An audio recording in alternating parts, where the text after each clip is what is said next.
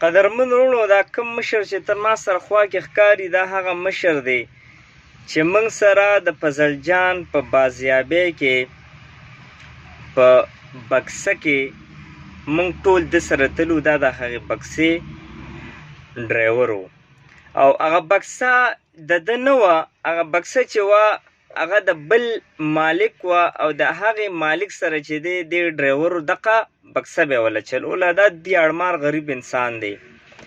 موږ چې دی لاړو کشمور ته، کشمور نه کوټلي ته، د هغې نه پس چې دی دیوه سر بیا سند او یو ټول کراچۍ پورې تلو. د کراچۍ نه پس دی 11 ورځې پس هلته کې د هغه ځای نه بې یار و بې مددګار را پرېښود او ورته ووایي چې ته به لاړ شې زموږ پم ته او په پم کې به تا ته پیسې میلو شي. نن 4مه ورځ ده، دې هغې خپلو پیسو کرۍ پسې بې یار و بې مددګار منډې تړلې وایي یو یو تپاس کوي، بل بل تپاس کوي.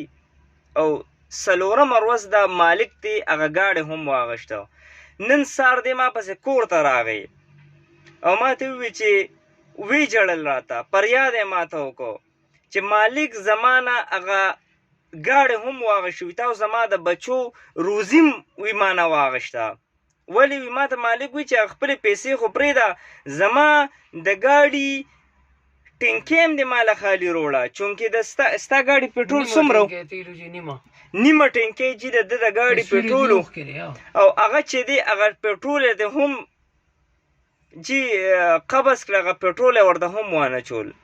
ډېره زیاته د افسوس او د خفګان خبره ده. ډېر زیات قسم دې خفه شوم، زه سره خپله رالمه. دې ټایم کې تاسو که کدی شئ نو عدن دا جي د هغوی پمپ دی. شیراز خان بره لیکلی دی چې حاجي نصرالي رور دی. زه خپله رالمه.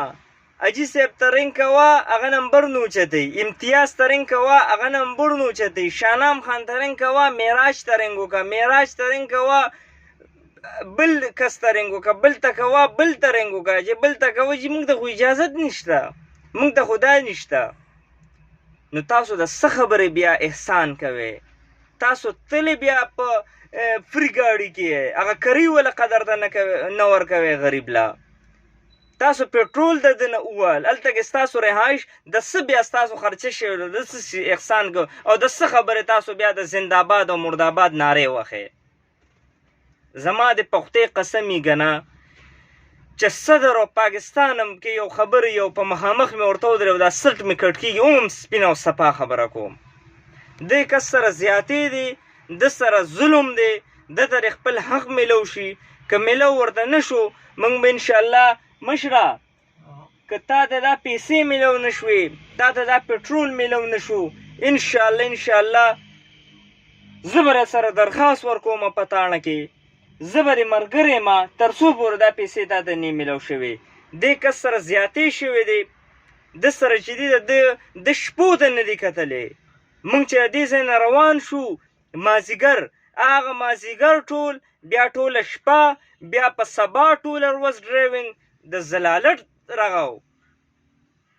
ما به ورته وویم میم لږ خیر دی دمه وینه خیر دی خبره نه ده. نو آیا یو غریب کس سره بیا داسې کول پکار دي؟ هغه له خپل حق نه دا مشر راته اوس وایي یاره دا خو د دوی خو ما ډېر صفتونه اورېدلي وو چې دا ډېر ښه خلک دي، د دوی به وایي ما اړه کې وایي چې دوی ما له یو لس سره زیاتي راکړي په داسې حالاتو کې چې ما له به زیاتي راکړي، چونکې دې خبره د کیمرې وړاندې نه شو کولی. ما ته یاره ته خبر وکړه زه به سره کښېنمه. نو احسانونه نه دي پکار، دا بالکل پرې لاړل او هسې په زلجان باندې خپل سیاست. دې باره کې به انشاءالله زه تفصیلي بیا ویډیو جوړوم، په دې باندې به زه ټول حقایق بیانوم چې په لاره کې څه شوي دي، په څه سیټپ باندې دوی تللي دي او په څه سیټپ باندې دوی واپس رالل او د فضل جان بازیابۍ کې اصل کردار د چا دی؟ مشره که څه ویل غواړي ووایه. زه خو دغه ویل غواړم چې ما دې خپل حق راکړي، دا حق دې رانه نه وایي ځکه چې یو خو زما روزګار خرابېږي، نیک راسره روان دی ګاډۍ رانه غشتې دی، یقین وکړه سارې بل ډرایور له چابي ورکړه چې تر تو د پیسې نه را رسولې دی به نه راځي ګاډي له. زما نن دویمه درېیمه ورځ ده خرابېږي. دغه غریب سړی دا چې غریب سړی دی نن 4مه ورځ ده، دې د ده دیاړي نشته او دې خپلو پیسو پسې منډه تړلې وایي. ډیره زیاته د افسوس خبره ده